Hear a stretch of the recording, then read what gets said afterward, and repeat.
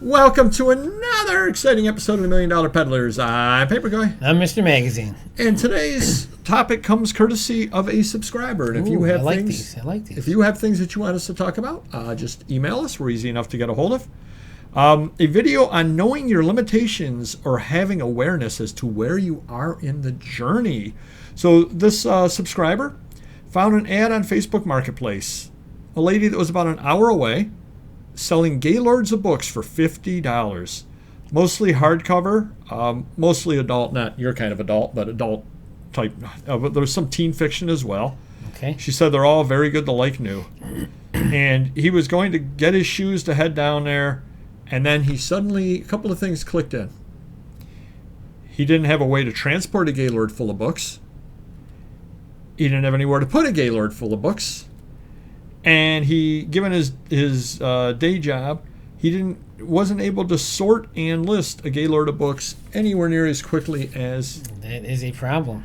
Now, he said each of these is fixable. You could rent a truck, you could rent a storage unit, and... you read my mind. He could put off things... He could put off other things and make the books be his number one priority, and get through them all. But... is that the right thing to do? He said it wasn't right for him. He passed. So then he ended up talking to her and mentioned that a lot of people wouldn't be able to handle the gaylord of books. He was wondering if he could box as many fit in a truck. She edited the ad to read gaylord or a load of boxes. Oh, okay. So I guess that kind of... shows that he isn't the only one having that problem. Right. Because if the person says, oh yeah, a lot of people probably have been scared away by the amount of the books. Right. Let me handle that. So he said the two most important decisions he made were saying no to deals that were outside the scope of the business, and then just not doing deals like that. What is your opinion? Well, first, if I'm him, I'm different now. I've been doing this forever. If you got a house full of anything and the price of it, I'm probably going to buy it. Even you could be in the state of Washington, I still would consider it. But I'd have to, be buying pennies on the dollar like that. But the first question, if I'm him, I'm asking myself, do I want to grow my business and get bigger and bigger and bigger? If so, those are the things you need to buy. So I certainly would rent a truck. I certainly would rent a storage unit. But then once you get into the storage unit, fill up your vehicle, bring it to your house, and then you can go through the stuff and sort them, because then say it's all crap, or it's not all going to be crap, you're going to have some diamonds in there, but you got to go through them all, and say you only have an hour a day or 30 minutes a day. Go through them. If you're not having a lot of success, then put them on the back burner and take some more out little by little at your leisure. Now you got the storage unit fees, so you got to be able to afford that as well. So I guess one of the problems that I have with the storage unit is a lot of times the internet doesn't work real well at the storage unit in general, because a lot of them are metal and whatever, so the internet doesn't work well. If possible, I would get rid of the house, but here's what I would do, but this is the difficult part about it. I would sort through all of them, because you've got to figure out how you're going to get rid of them, because from the sounds of it, they sound as though they're probably newer books. Well, I would probably invest in a scanner, but I don't know if this subscriber sells on Amazon or not. If you sell on Amazon, then you invest in a scanner. You scan through the books. Oh, this is a good book. It's a $28 book. Let me list this one on Amazon. Yeah. $4, $7, $5, $28 book goes on Amazon. Okay, great. So you've got the gaylord. Now you got rid of 8 boxes worth of books over on Amazon. Now you've got the rest of the books. Now you got to figure out what to do with them. Are some of them suited for whatnot? Are some of them suited for Etsy? Are some of them suited for you lot them together? The dumpster. You lot them together. You've got, 14 books by Jeffrey Patterson. And I think that is really what your most time-consuming part would be, to list them properly on the proper venue. Because there's so many different... Because you don't want to sit there and list a $3 James Patterson book or a penny James Patterson book over on Amazon. Right. Well, another thing, too, is, like I said, he's to determine how big he wants to grow his business. But, if you already have a half a room of dead pile stuff, you may not want to touch that then, because Right. then if now you're taking yourself away from that and going into this.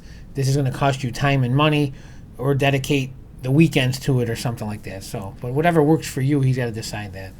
I think that if I were in the position where I were not selling on Amazon but wanted to sell on Amazon, I think at that point this would be a no-brainer deal, because it would give you some stock to get on there. Now, do they gate anything for books off the bat? They do. Okay. So well, just certain publishers you can't sell stuff from certain publishers. Gotcha. Okay.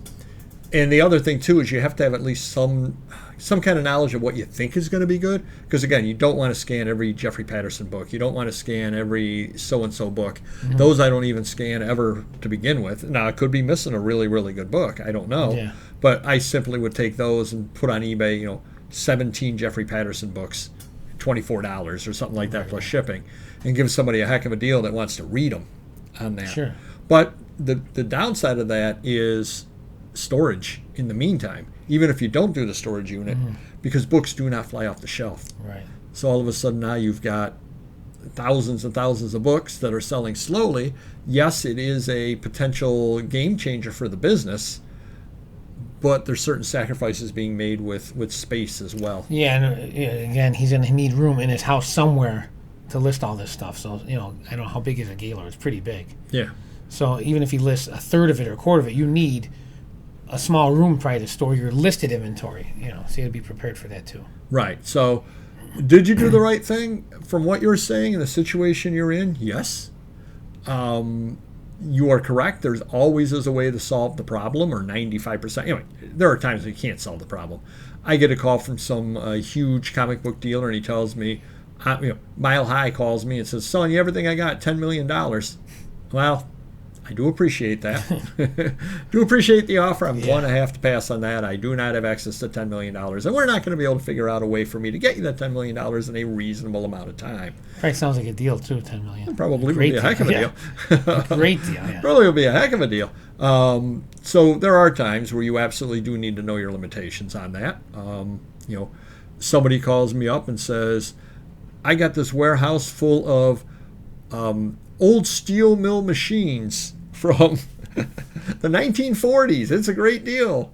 Well, yeah, scrap them it probably is, but I really don't want to be calling a crane company to get them all over there. Yeah, you're leaving me a lot of money on the table. That's work I don't want to be doing. Exactly. So do know your limitations on that as well. And again, it's almost always solvable, but you probably did the right thing there. But next time it comes along, maybe now that you've had the opportunity once and you passed on it, maybe next time it comes along, maybe you'll say, yeah, you know something, I am going to go down. I am going to fill my truck up with boxes of books. Talk to the lady, find out where she gets them from, how often does she have them, and maybe you go and you fill your truck up and you get started on Amazon. You get started on, and you give her a call in 3 months and say, hey, you got any more? And before you know it, you're up to a Gaylord at the end of the year. What is she paying if she's selling them for $50? Yeah, that's what the question is. Where does she get them from? She got to be getting them for free. But then there's still delivery, right? I mean, how are they stored in like wooden crates, man? I don't know. It's crazy. So hopefully that helps you a little bit. Do hit the like button and do reach out to us if you have any other ideas for shows. We'll see you next video. Take care. Bye-bye.